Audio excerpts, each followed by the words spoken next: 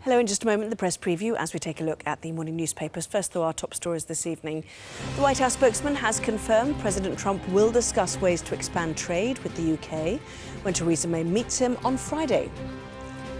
Sean Spicer also responded to suggestions that he'd lied about how many people attended President Trump's inauguration last Friday, saying that was never his intention.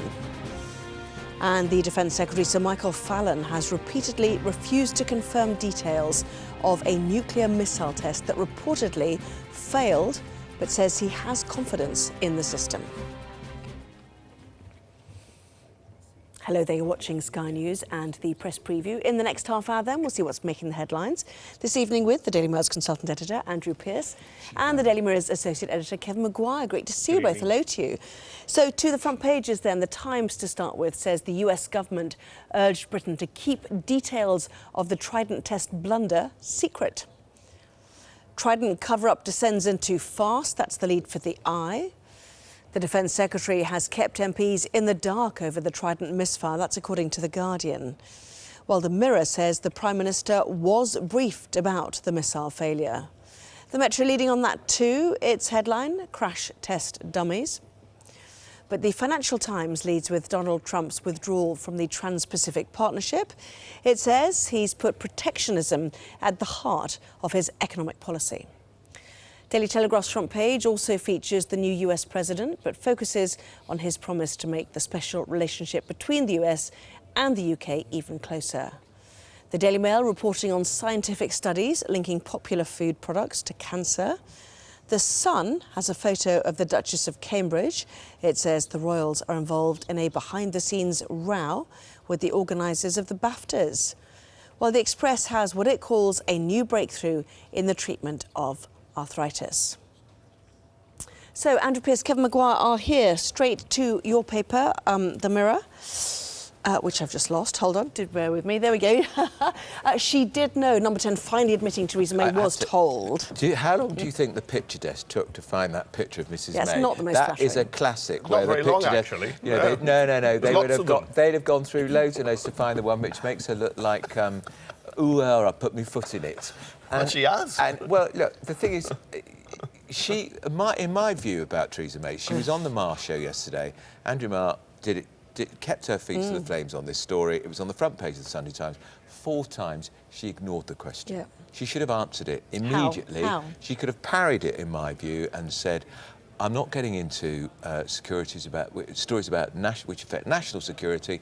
Some of this Sunday Times story isn't right. I'm not sure how much detail she knew about what of the Sunday Times story anyway, but she could have knocked it into to touch pretty quickly, and we wouldn't still be talking about it, I suspect, now. Instead, now we've had to have a statement by the Defence Secretary, and, of course, the fact is, as Michael Fallon was speaking, saying it didn't fail, he was not helped by the Americans, which then said it did. So there was a slight element of Keystone Cops about this. Hence the Metro's headline, Crash Test Dummies. Only for the US, it says, to oblige and fill in some of the details. That's right. And it came through while the Defence Secretary, Michael Flannel, was up there, I think 30 times he refused to say what happened. He was just saying, it's all going to be all right. Well, if it's gone wrong, as the Americans tell us, it's gone... The missile's veered off course, £17 million missile, and it's then had to self-destruct. If that's a success, I dread to think what he would consider a failure. OK, so we take us to the Times then, same story, and this is the fact that it's not the British bit that failed. So that's why the Defence Secretary... Hang on. The Defence Secretary and the Prime Minister both made the point today that actually it was a success. Yes. The American... Now, what we know is, so the British part of the missile functioned perfectly, but according to the Times, the bit that went wrong was based... It was part of Lockheed Martin. It was the American bit of the missile went wrong. So, in a sense, the British part was fine. But what this proves to me most of all is you have to test these missiles because most of us, he doesn't, at Maguire a cost of £17 million each time. And Jeremy Corbyn does not agree in Britain having its own nuclear deterrent. And that's why there was some tension, I think, on the Labour benches today. They should have been kicking at an open door here because the Labour leadership... it supports keeping the trident, but actually Jeremy Corbyn does not. And nor does he, by the way. He'd have been at Greenham Common in the 80s. I did go once. After Theresa May... In your dungarees. 4 times. With all the women. 4 times wouldn't say whether she knew or she was ignorant. 4 times she wouldn't say. It was for women, that camp, you know, 30 times today, Michael Fallon Do you think he noticed? refused to say They what were happened. quite booked. It is very convenient. Andrew, hold your thought. We're not starting again. Just ignore him. Yeah, most people I'm do. trying. Yeah, it's very convenient. A British military source is saying the Americans told us to keep some. It's very, very convenient for them to say that. But when this has happened and they have promotional videos of these missiles going up when it's a success, when they're going to hit Disneyland or wherever it was heading, they try to hush it up. And a month later, they're in the House of Commons asking MPs to approve this is the crucial bit, though, isn't it? 200 billion over the 30-year life. This is one of the many red herrings that Maguire's chucking in here.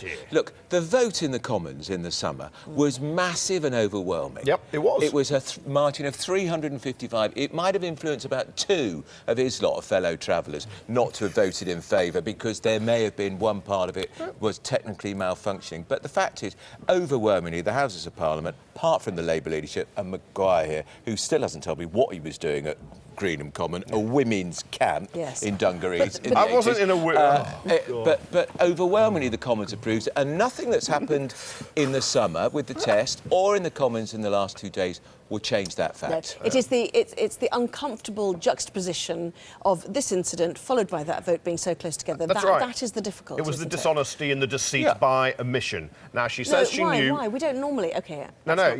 We do release pictures. The UK releases pictures. Exactly. And there is a serious problem with the MOD spending too much overruns on equipment that doesn't work. That is in that area now, and. You can't just say it's just a missile has got wrong as if it doesn't matter. It would be nuclear armed at times. There's another element to this story. Seriously, we take out Mickey Mouse and Donald Duck instead of Kim Jong-un. But this multi-layered story has another layer here. So here, the Times is saying that the Obama administration wanted it covered up. Because British and American D5 missiles come from the same stockpile. So today, Sir Craig Oliver, we have to call him Sir, he was the communications chief to David Cameron, knighted in that utterly disreputable resignation honours by David Cameron. Nobody's quite sure why he got the knighthood, but Craig Oliver rushed a statement out saying, it wasn't me. I never covered it up. Somebody did. Right, you state... Somebody did. According to the Americans, they asked Number 10 to keep it under wraps, and Number 10 kept it under wraps. So somebody under Cameron, in Cameron's time, kept it under wraps. Right, you stay up your little cul-de-sac with Craig Oliver having your flat white and 2 sugars. The fact is, when Theresa May has been fully prepped, we hope she's been given all the information. There is clearly deceit by omission when she has gone to the House of Commons. Then why?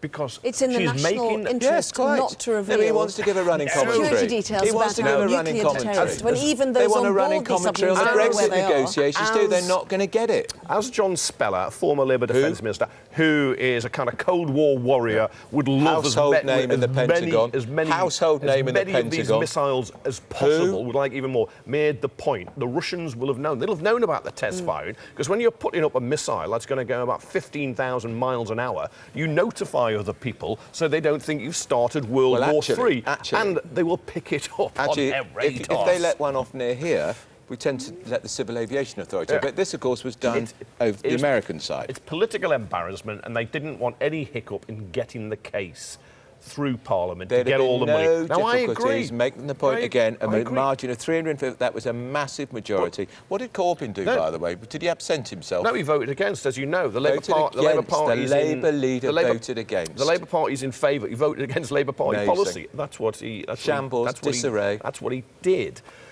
But nevertheless, they weren't open, they weren't truthful. This wasn't about national security. This was about embarrassment. Small earthquake. And Michael small earthquake in today Peru, was all over the place. No, he wasn't. He was all over the place. No, he wasn't. Just fine. I mean, small earthquake. He's a very approachable, engaging person, but it was not his finest day.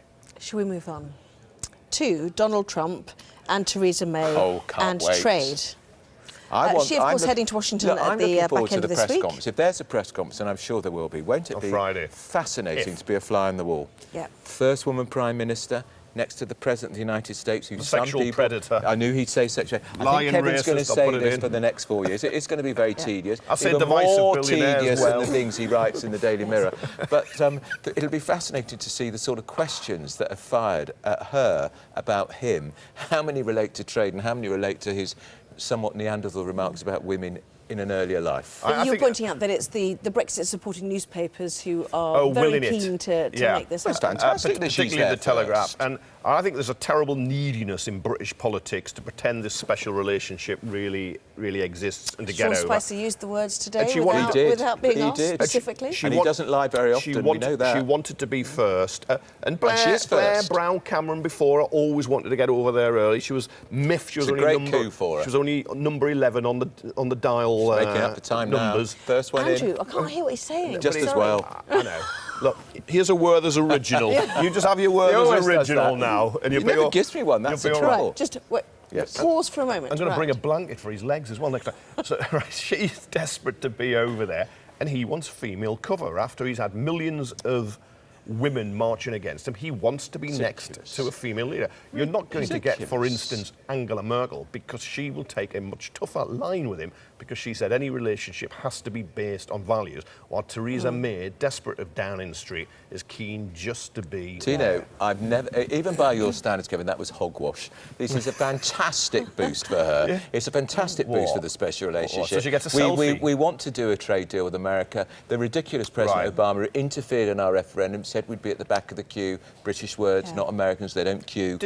She's there long before Mrs Merkel. Mrs Merkel will be over to the White House like a shot. But he's not interested in the EU because he knows it's fading and falling apart. Mrs May, especially, he's already talked about the fact this could be like Thatcher and Reagan, which was brilliant for Britain. No, it wasn't. Yes, it was. And it saw the end of the Cold War between them. When America invaded a Commonwealth country, Grenada in the Caribbean, without informing Britain. Oh yeah, great. It was a one-way street. I don't think many people. But the other thing is, when you say, and you can say, and you can attack Obama for what he said about Brexit. Very, very happy for you to do that. It's very helpful. But you're absolutely hypocritical when you then do not attack Donald Trump, who was calling for Brexit, and you're applying a different test to him than you did to... He wasn't President of the United States. There's a big difference. You welcomed every foreign leader or person who would back Brexit. It's not true. The fact is, when you're dreaming of your trade deal, we saw today, and the FT, the Financial Times, lead on the fact he has cancelled America's involvement in the Pacific Trade Agreement. He's a protectionist. He's not going to give a decent deal, a sweetheart deal to Britain. He has... It's America first, not Britain first, America first. So she can go over there, she can pose with him, he can get his snap, he can say, look, women really like me. You can do all that. She can feel better. It's a diplomatic coup. Do not kid yourself. She's building a wall with Europe, and then she's going over to see a bloke who's building a wall with America first. Who's building a wall? We're building a wall. We are. We're separating ourselves I never noticed that. Europe. Was that in the Tory manifesto? We're separating ourselves from our Stop. nearest neighbours who Coming do up. far more He trade. has Pay tribute to this man. gone Back in a completely moment. mad. Well, Building a wall. It's news to me. Welcome back to the press preview, taking a look through the newspapers. Joining me this evening, the Daily Mail's consultant editor Andrew Pearce and the Daily Mirror's associate editor Kevin Maguire. Welcome to you too. So, big day Tuesday, Supreme Court deciding whether MPs will trigger Article 50 or it'll be Downing Street. that's right. Tomorrow, the Supreme Court judgment. Hopefully, they will uphold the law and parliamentary sovereignty. Of course they will. Friends of the people rather than enemies of the people. Of course they will do what the other court did. Instead of deciding the Prime Minister as a kind of Henry VIII monarchical figure can just do it all herself. But anyway, the government is desperate for when the Article 50 clock is going to be set ticking for the 2-year departure. MPs do not attempt to try and put lots of conditions on it. I think they should, but the problem is Labour's... What sort of conditions? For instance, guaranteeing workers' rights, saying this is what we want you to anything to delay it, he means. You want to... Anything to delay it. You want to go for that, try and stay in the single market as much as you can. to accept Brexit unless there's a second referendum, which I can't see how there will be. You've got to come out of all the institutions. People have clearly voted. People have clearly voted for some form of migration controls. We have them with 94% of the world. What did you say about a referendum? To be in the single market, you could always go for the Swiss deal, where you allow locals to have first dibs on a job. So you now think that you can't see anywhere there could be a second referendum? No, you're still hoping there might be. Yeah, I can't see how it could be organised. No. So, given that Theresa May has promised both houses of Parliament a vote on the final deal, does this one matter now? Yeah, this decision. And of course, she should have said from the outset, look, of course, Parliament is sovereign. It's always been sovereign. It's been sovereign when we've been in the European Union. It's sovereign now. It'll be sovereign when we come out. Yeah. Can I just remind Kevin, because he always admits this, when David Cameron became, when this was all agreed, both David Cameron and Jeremy Corbyn said Article 50 should be triggered the day after. If the referendum votes for us to leave Britain, which should be triggered the next day. Yeah. They'd both, Maguire and all his mob of Ramonas, conveniently forget that. So do all the Labour Ramonas and all the Lib Dem Ramonas, because actually they said it should be triggered the next day. So this Prime Minister has been much more accommodating than these ever were in the first place. David Cameron said it never wanted it to happen as a kind of threat. And Jeremy Corbyn just got it wrong, as he usual. occasionally does. As usual, you might say. We've got lots to pack in. If you don't mind, I'm going to move on. I know you wanted to talk about the women who Theresa May is taking with her, but we're going to move on to the baby food and biscuits, also linked to cancer via this the Food Standards Agency, another ludicrous, pointless, stupid quango. So first of all, they've said roast potatoes if they're too brown. It wasn't their research, though. I remember reading this research last year. It's proper scientific research.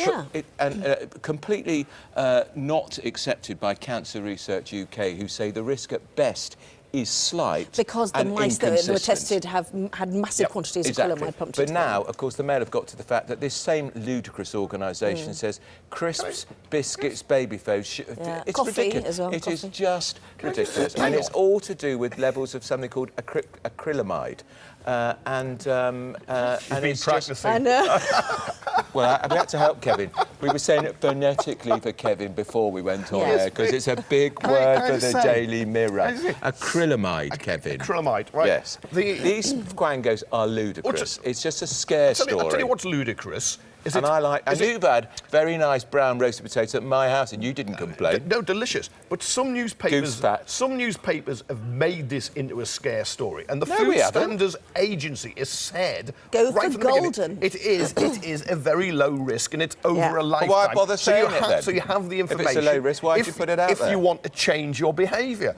I mean, that's it. The scare story has been made by papers, then use it to attack the Food Standards Agency. We've run out of time. You have... I'd ban that agency. 10 seconds each, just to pay tribute to Gordon Kay. I know you're both fans. I loved A Lower Low, written by the great Jeremy Lloyd, and we've lost Gordon Kay, who was René, the impossibly randy innkeeper in France. He was fantastic. You're not left much out, but it was a comedy of its time and very funny. You wouldn't make it now, and it looks incredibly dated at the moment. But he was terrific. I love the repeats, and they're still on regularly. Loved it. On your black and white telly. And the sad thing was he'd got dementia at the end, which is very sad.